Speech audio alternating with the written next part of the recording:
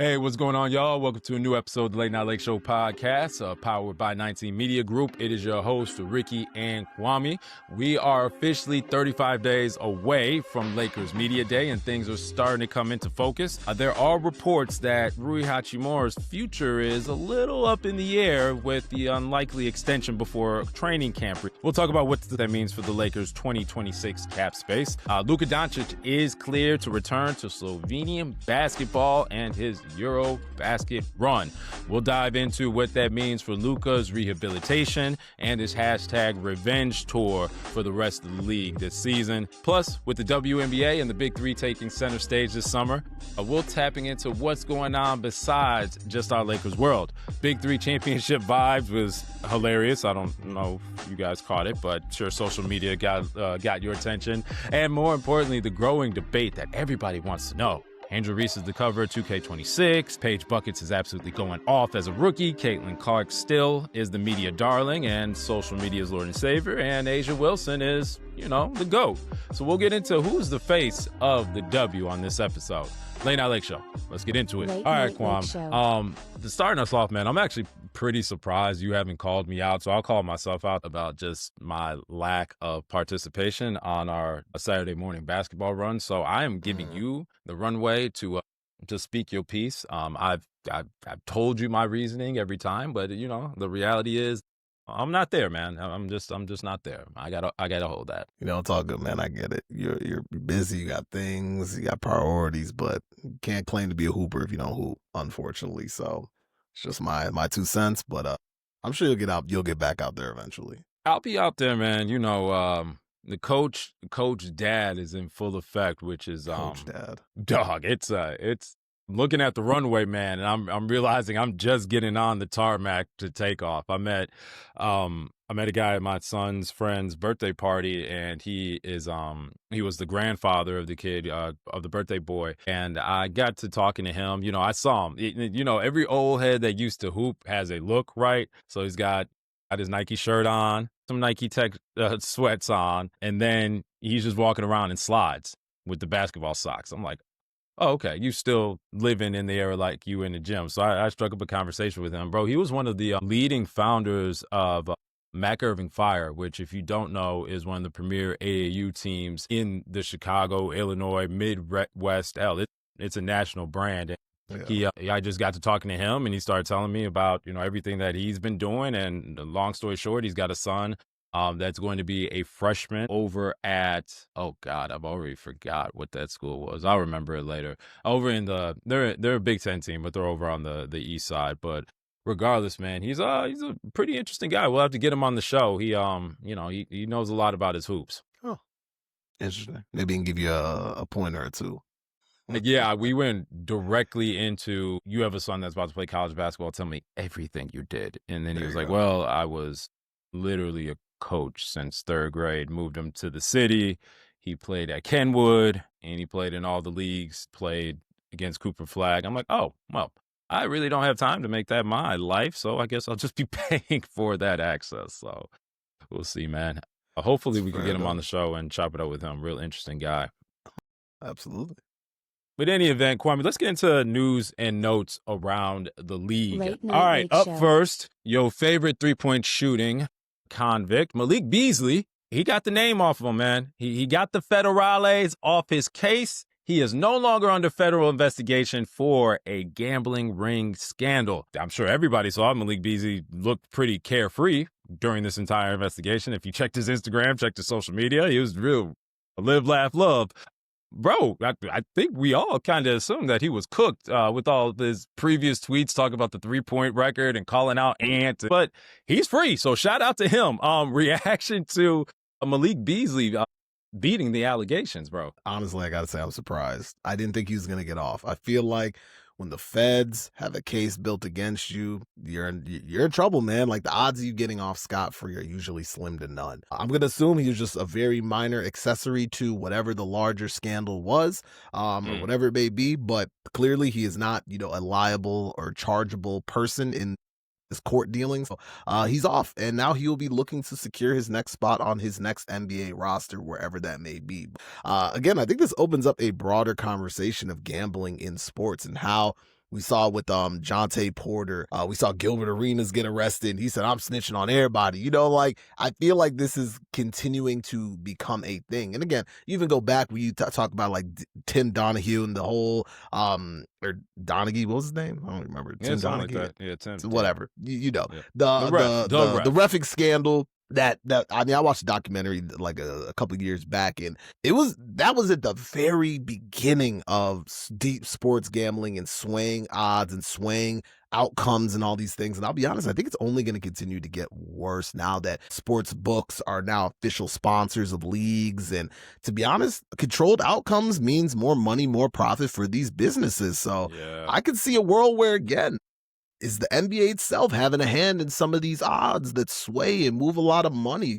There's a lot of money in sports gambling. And like I said, it's only going to continue to grow and multiply.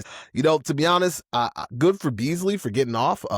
Blessings on him and his next venture, wherever that may be. But I think this is just a broader conversation. So I'm even curious your thoughts, Rick. Like, what do you think about sports gambling as it continues to expand into sports, and how players, coaches, leagues now can make quite a profit off of skewing outcomes, skewing stats, all these different variables that are now essentially have money behind them. What are your thoughts? Yeah, I knew we were in a new era as far as sports and sports consumption when you saw ESPN throw their hat in the ring and say, you know what, we like this betting stuff too. Here's our Mickey Mouse sports book. And but now here we are. Disney has a piece of sports gambling.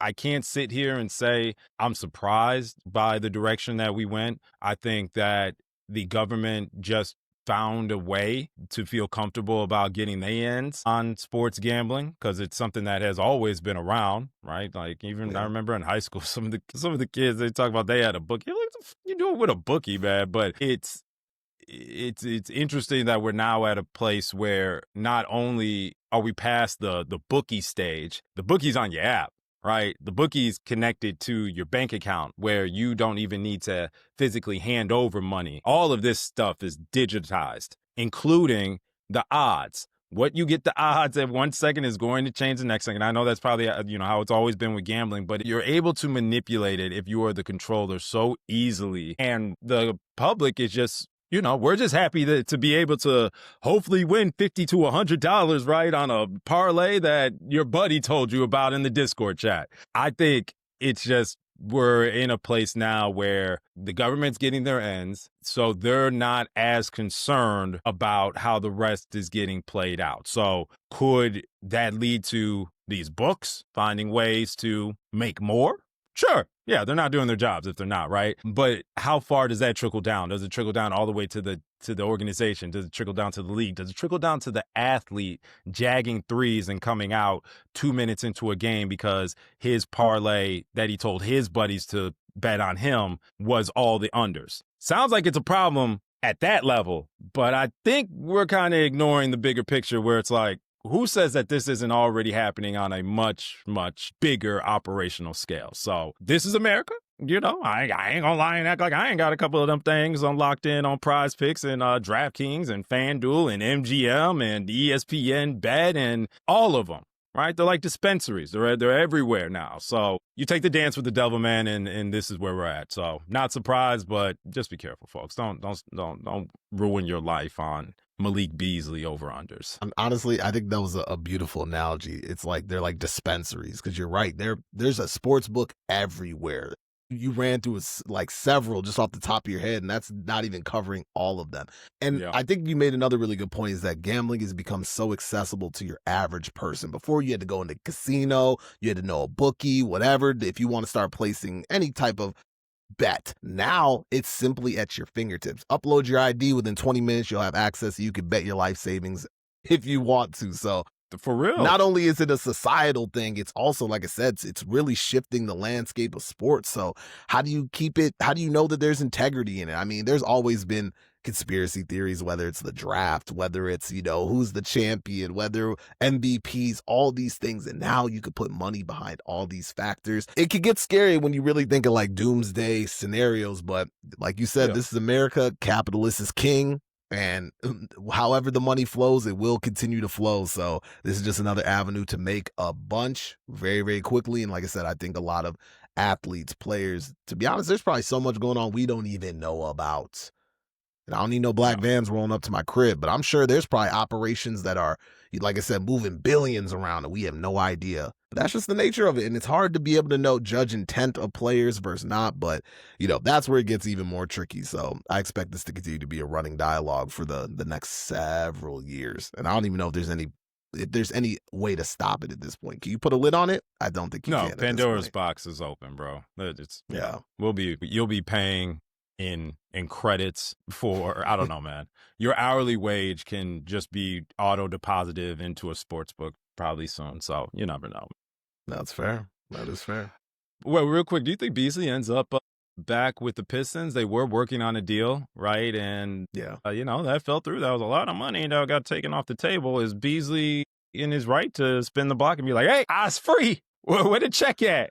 So I think if I was the Pistons, I would probably bring him back. He had a really good year for them last year. I think they had really great synergy with Cade Cunningham. I mean, they made the playoffs. I think there's only room for growth there. I mean, he was offered, a 3-year, $42 million contract, I believe. So it's good money for Bees, who was starting to look like a journeyman, just scooping up minimum contracts. But he had like I said, had a breakout year. I guess it's kind of hard to say a breakout year for a 28-year-old. But again, Fine. quote unquote breakout year, did really, really well, earned himself a nice little paycheck. And, hopefully he's able to cash in. But again, like I said, the scandals are running deep. We just saw Terry Rozier get investigated. He got off on that one, but it's going to continue to be a thing. Otani's manager, his translator. That was the best swept under the rug thing I've ever seen in my life. That thing ran so deep, the government's got involved and say, hey, we're done here.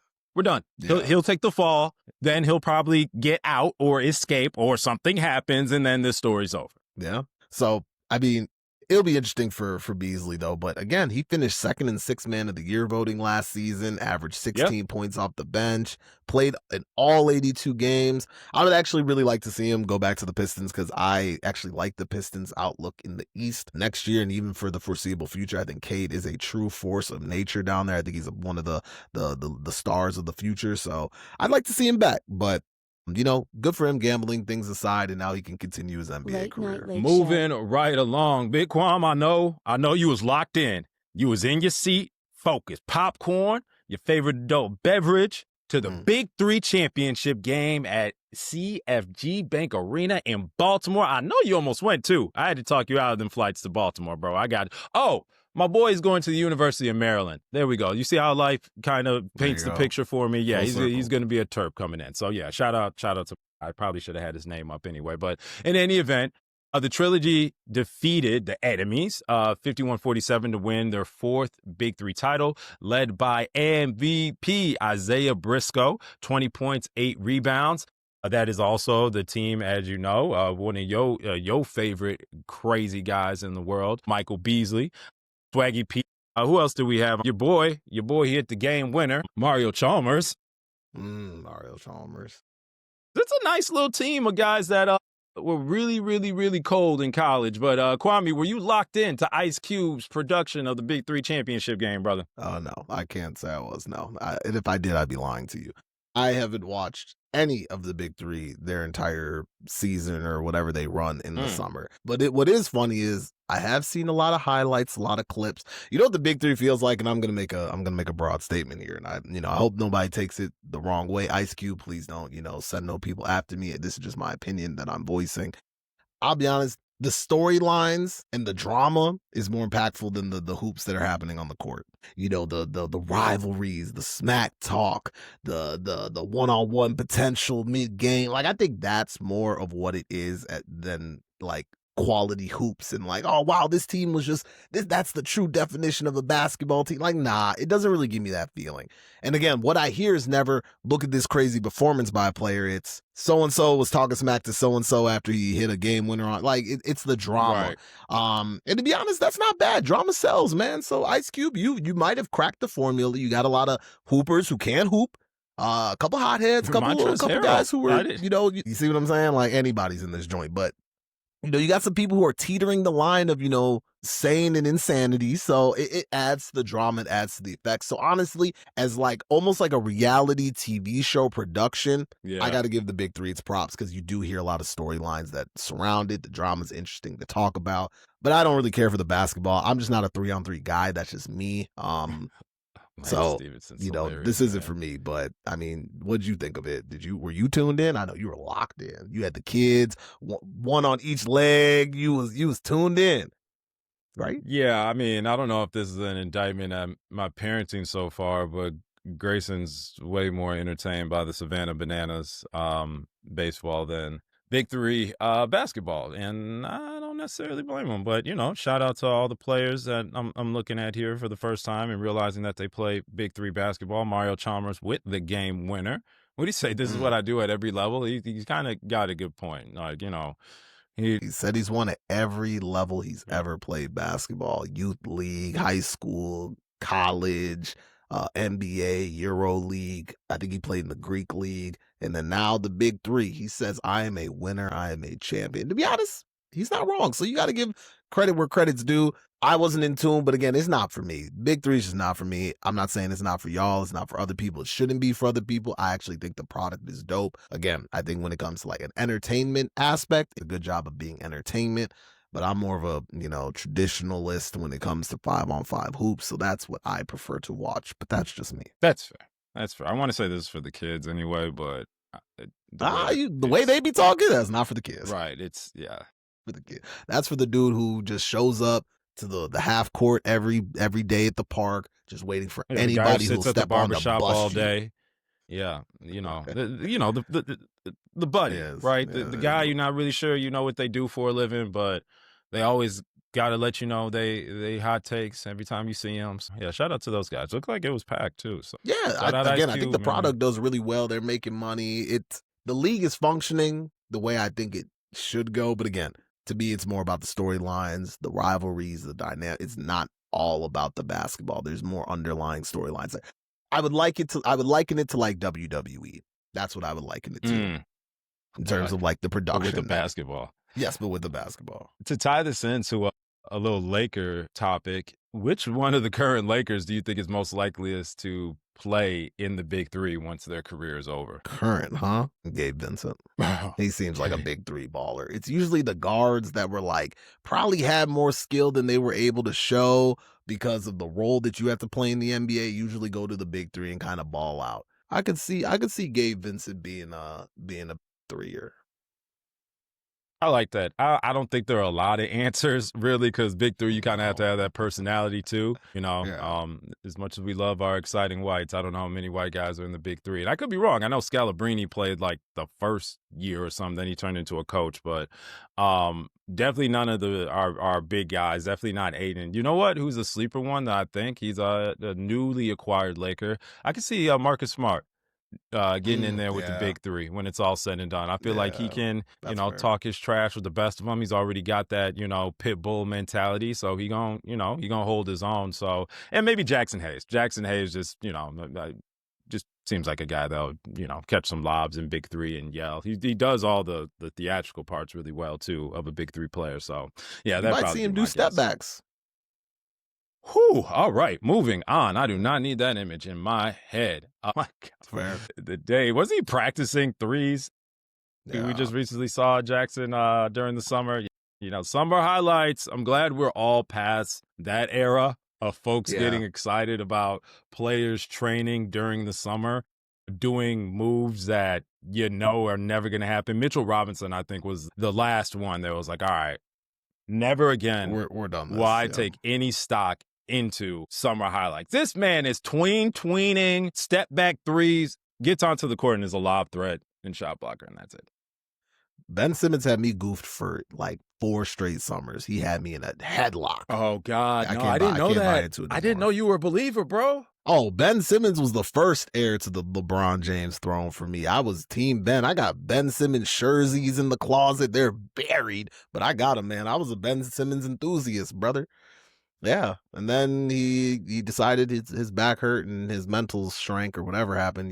I don't want to take mental health as a joke because I get it. It can really knock you off the cliff. But man, to be honest, his best season was literally like his rookie season, and then he proceeded to regress. So yeah, and then Luka came along, and then it was like, whoop, we're over here. So hey, yeah.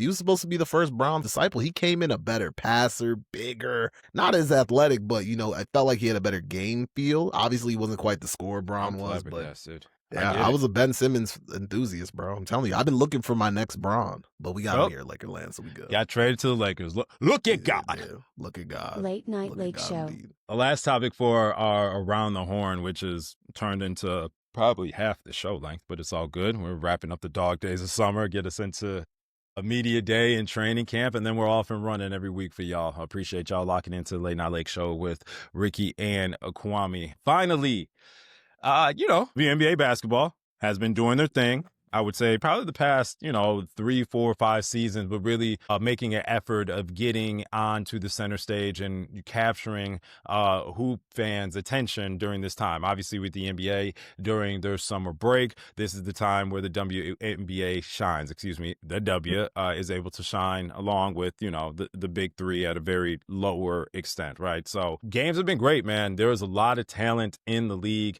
We are seeing another rising rookie just absolutely just torch the old guard in Paige Bueckers, Paige Buckets, she's going crazy, man. Dropping 44 against the Sparks on Kwame's favorite player's head. Well, first of all, did you want to comment anything about your Booski getting absolutely barbecued by Paige? No, every hooper's got by another hooper. It just happens. It's the natural progression of the sport. But Paige is one, so I'm not even mad at it. I've liked Paige's game for a while now. There she go. And she's coming to the W, and she's making her impact. So I gotta give credit where credit's due. But Kelsey Plum, that's my dog. I'm a Plum dog millionaire. Well, how tall is she, Kelsey Plum? Kelsey Plum, I think 5'9". Okay, then how tall is Paige? Because I think she's 6 foot. Yeah, she is. I believe she's 6 foot. Damn. Yeah, no, so she looks great. This is not a surprise if you've, obviously been a disciple of the Church of Kobe. Paige is from the Mamba Academy, coming up, playing on his AAU teams.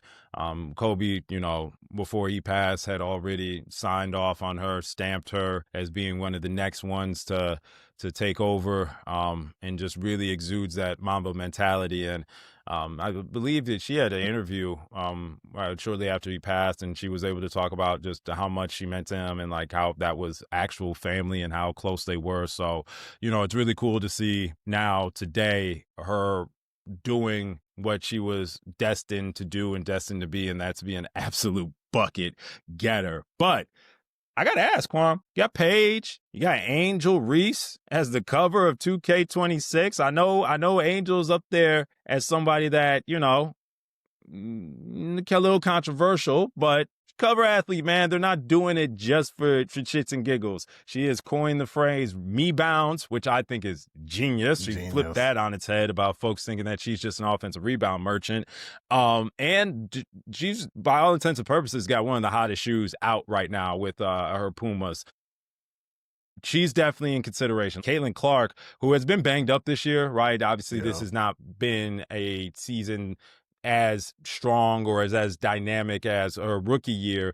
But Caitlin, is still a very, very, very talented person. And she's already captured a portion of the W and America, if we're being really honest, that will always keep her at the top of the totem pole. And bro, then we didn't even get to the actual best player, reigning MVP, A'ja Wilson, who, to me, respect to Cheryl Swoops, respect to Maya Moore, respect to Diana Taurasi, but like in respect to Lisa Leslie, that's the childhood GOAT. The childhood GOAT, right? Candace Parker. Yeah, Candace, right? The childhood Booski, right? Again, the shockwaves throughout the world when everybody found out that she was on the other team, but that's a different day. Long story short, man, there's a lot of different names that are pulling in a lot of eyes to the sport.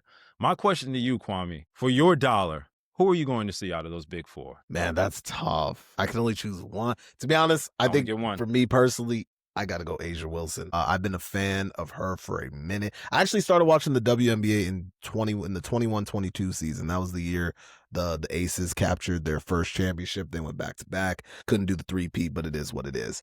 And I really like her game, man. You know, she's one of the best offensive players. She's an incredible defensive player. I mean, she's won Defensive Players of the Year. She has a really solid game. Like, again, she's very good at about everything. You know what I'm saying?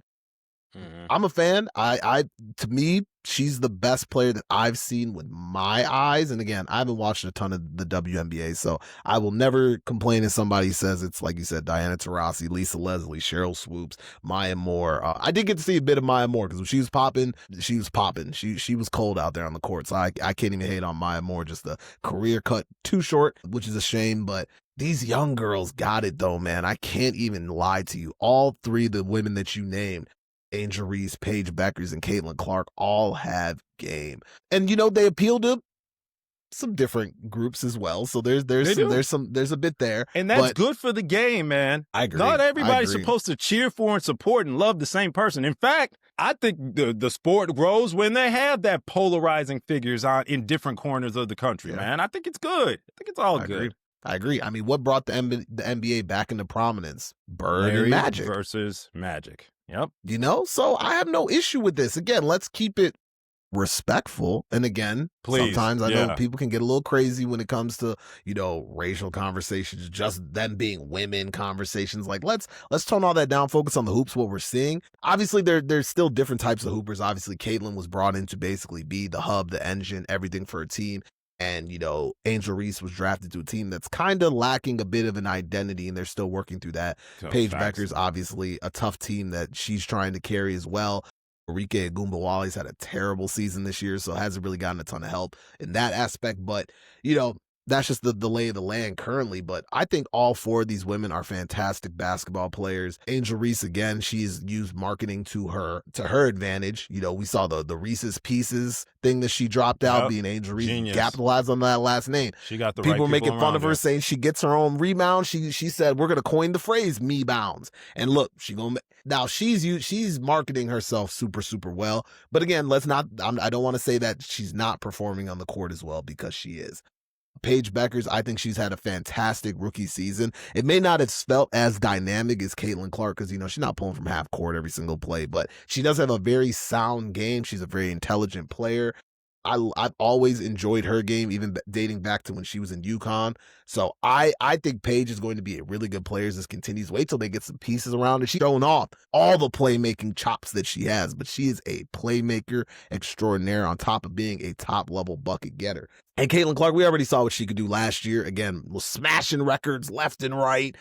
Triple-double girl, you know, could score from anywhere. The WNBA has a really, really bright future. That's just the tip of the iceberg. There's a lot of other women who are really, really talented in this league. And the more they can show off their game, their visibility, whatever it may be, I think they have a really good opportunity to break out as a sports league. And I think we're seeing the genesis here. But the league itself has a responsibility to market these players properly and to keep the game, and not entertain the other nonsense. So it's a big responsibility, but I think it's really cool to see where the WNBA was, let's say, a decade ago to where it's going now. And there's a lot of exciting players. You know, we got Juju coming in a couple of years, which is also going to be really, really great. Yep. I think the W is going to be in really good hands. These young girls can hoop, man. And I get it. You're not seeing high flying dunks and everything, but hey, every year, these girls, their game is looking a little more advanced every single year. So again, I think we're going to see a point where the game is going to mimic the men's game very closely. Obviously not the athleticism portion, but you're going to see the skills start to like parallel more and more as we've seen these last couple of years. So, but to answer your question, ultimately, if I got to drop $1, I'm going to see A'ja Wilson. I think she's just an incredible, incredible player. Obviously, super established. Had a statue at the University of South Carolina. She had a statue when she was like 22 years old. Who's doing that? Now that is legendary personified. I got to tip my hat to A'ja. What are your thoughts? Yeah, I'm going with A'ja, and we'll leave it at that. A'ja is something. Hey, whoa, calm down before we get Bam out here. My bad. Hey, I'm sending them to you. I'm sending them to your house. Kwame said it. I'm just putting scripts together. Shout out Asia Wilson now. Yeah. Transition over into our big Late talk, night, and late this will show. be a little expediter on a little bit of a time crunch today. But as we previously pointed out earlier, Luka Dončić is back. He is cleared to play with his Slovenian national team. He was able to, start warming up and getting through practice. It took a little time off, right, to take care of that little minor knee scare during the warm-ups for Slovenia's previous game. But Luka looks good. He looks like he'll be A-okay, and even more importantly, he'll be A-okay when the training camp pulls up on us here in just over a month. We did see Luka with a nice, passionate leadership moment, delivering a locker room speech during the team after a team's blowout loss. And there's things that we just love to see as we get to learn more about the man, the leader. We saw what the player Luka was before the Lakers and as he started to get into the shape with the Lakers. So excited to just continue to lean in and learn more about the guy. But Kwame, as it's being his first offseason as a Laker and now playing internationally, did you think kind of with the information we have so far that this is a good idea, or should he probably have just, stuck to the Jenny Craig diet and getting shots up in El Segundo? It's tough. That's tough. Because, we've heard Olympic legs and, people coming in the season a little tired when they just played all summer. But you know what? I don't think it'll be that bad. I think even Luka commented our playoff hopes were cut short a bit earlier than I think we had anticipated. So we got a little bit longer of a summer than I think he is normally a bit used to. So I'm not mad at it, to be honest. I mean, he's young enough that I think he should be able to, we should be able to kick the tires and get it moving. I'm just glad he's out there hooping. I like that we get to see some of the highlights that he gets to do.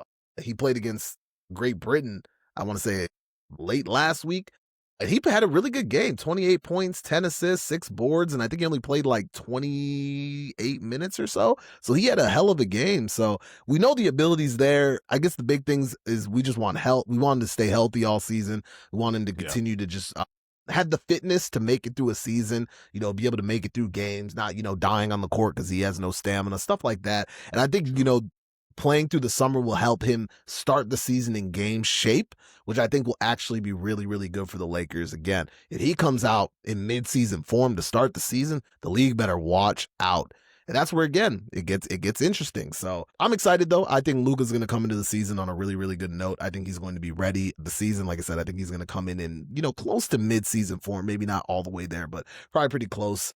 But I'm excited, man. And I think it can really kick off the Luka MVP train, which I think we'll be pulling that lever all season long to really scream that into the media and get that narrative out there. But in summation, I think the EuroBasket, I think it's good reps for him. Obviously, Slovenia is not the favorite by any stretch of the imagination. Their team isn't super, super talented in compared to some of the other teams, but they have Luka, and that's enough. And like I said, if nothing else, I love this opportunity just to get him some game speed reps. So yeah, I'm not mad at it, and I'm excited for the season. I agree. As a fan, I like the idea of watching my players that I support, get games in, even not live games. I love watching hoops, right? So just any highlights of your main guys getting after it is a positive.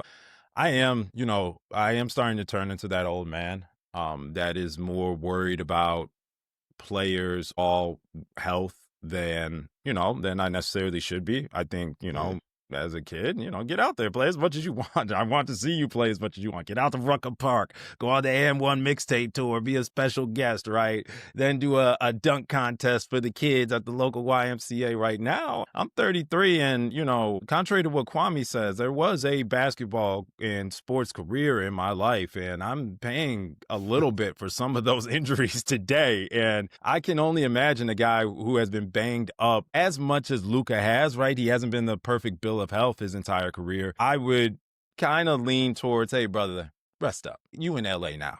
Get to the best doctors money can provide. then go over to Europe, go to Germany, right? Go and get the blood and the T cells spun up, right? Recalibrated. We're on this side of the fence of availability. You locked in with Big Bron, right?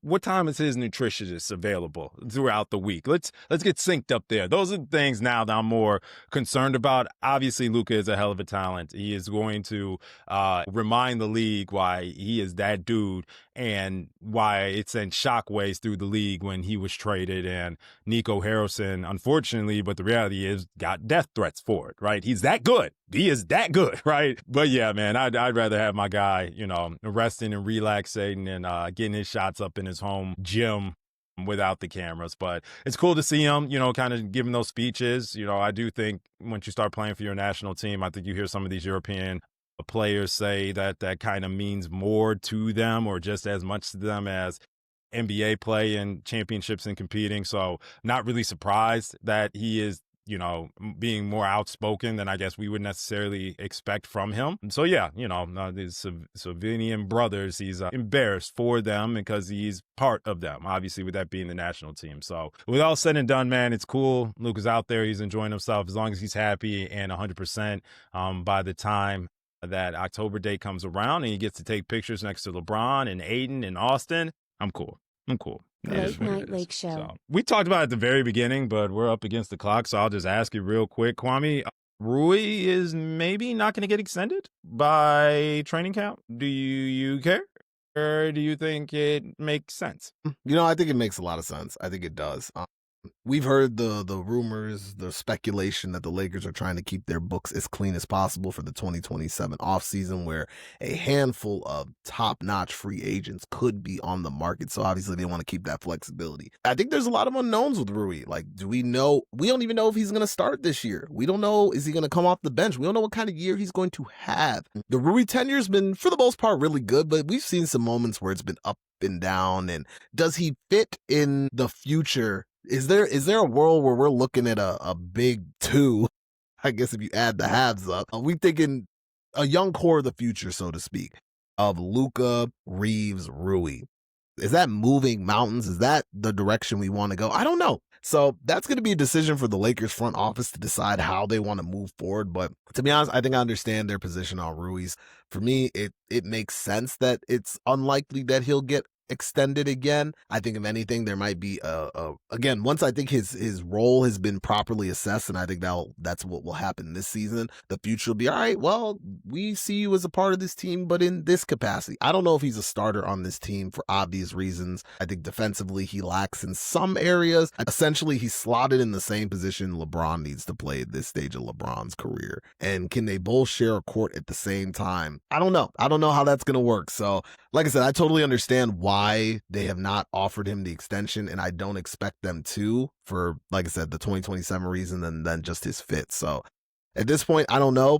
I like Rui. I like him as a player, but now that it's no longer the LeBron and AD era, they're looking what's next. I don't know if he fits in that equation as well as he might have. But we know Rui's LA. He's throwing up to LA every chance he gets. Oh, he's in love, man. He loves. He's hanging out with Otani and all the other guys. Like, I think he really does love and enjoy the LA culture. So if that's really what it is, I'm sure you can find a roster spot, but will it be for the money he wants? I'm not sure. Rui's going to come back on a discount. He's going to come back on a discount. And it's literally for the last 20 seconds of stuff you just said, man. There's still that piece of the equation. Like, I get it. Rui can go sign, I don't know, with Charlotte, Oklahoma City, the Washington, well, he just came from the Wizards, the San Antonio Spurs. That Jordan deal has a lot that comes with it. And part of it is exposure to big markets. What he would be making, I don't know his money, with the San Antonio Spurs and salary,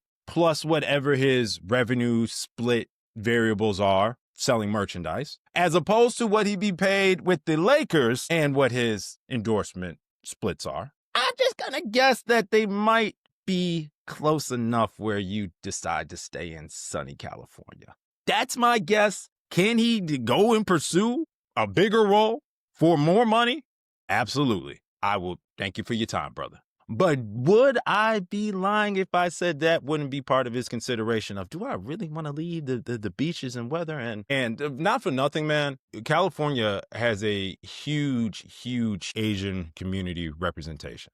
Like, there's a reason why Ohtani went up, well, even, from the Angels to LA, but part of their packaging and just the reason why he chose California is because his familiarity and what he saw there as far as his fellow countrymen. Rui said things similarly too. They didn't realize how big it was. And obviously, our Chinese and Japanese and Asian communities have been here for a very long time and via California, right? So I do think there's a comfort with being in that LA market as opposed to other areas of the country where you just might not feel as comfortable.